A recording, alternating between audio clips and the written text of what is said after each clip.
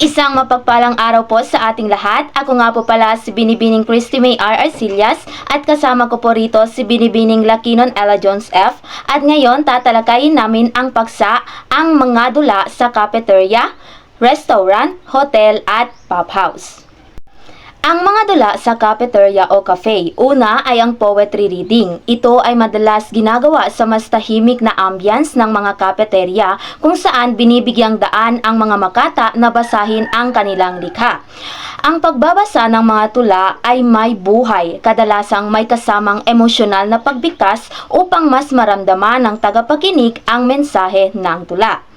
Pangalawa ay ang acoustic performance, light music tulad ng acoustic sessions o unplugged performance. Ito ay simpleng pagtatanghal gamit lang ang gitara o iba pang acoustic na instrumento para sa mas magaan at relax na musical experience. Pangatlo ay ang spoken word o storytelling. Ito ay kwento o tula na isinasadula o binibigkas ng masining. Ito ay masining na pagsasalaysay ng kwento o tula, kadalasang may rhythm at emosyon upang buhayin ang imahinasyon ng audience.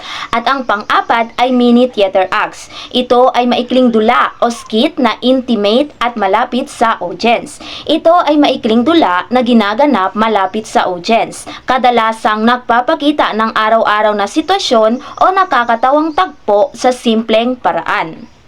Ngayon ay dadako tayo sa ang mga dula sa restaurant. Nangunguna dyan ang dinner theater. Ito ay isang uri ng pagtatanghal kung saan habang kumakain ang mga bisita, isinasagawa ang isang dula. Ito ay kombinasyon ng mga pagkain at pagtatanghal. Habang nasisiyahan sa pagkain ang mga audience o manonood, pinapanood nila ang isang live na dula na kadalasang comedy o misteryo.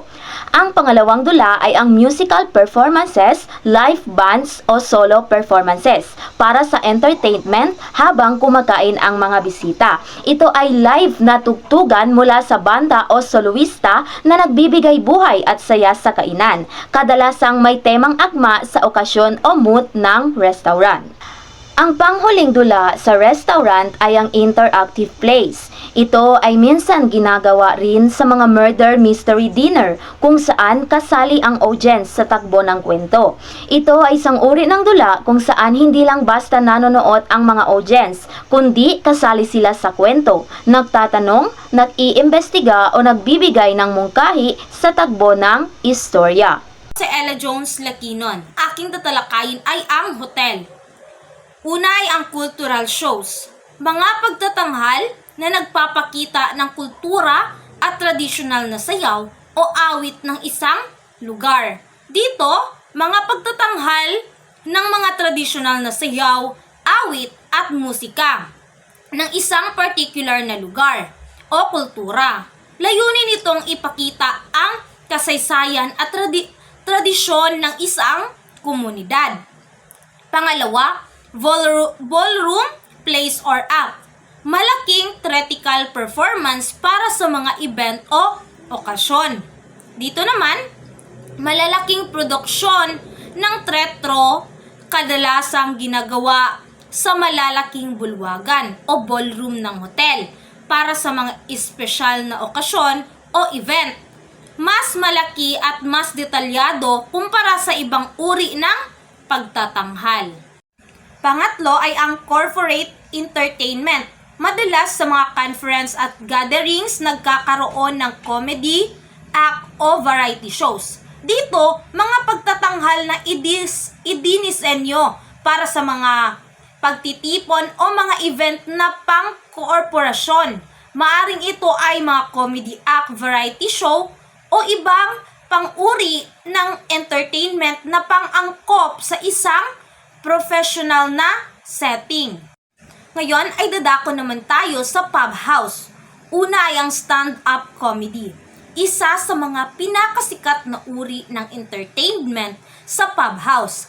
Dito ay isang uri ng komedya kung saan ang isang komedyante ay nagsasalita ng mga nakakatawang kwento o biro sa harap ng audience.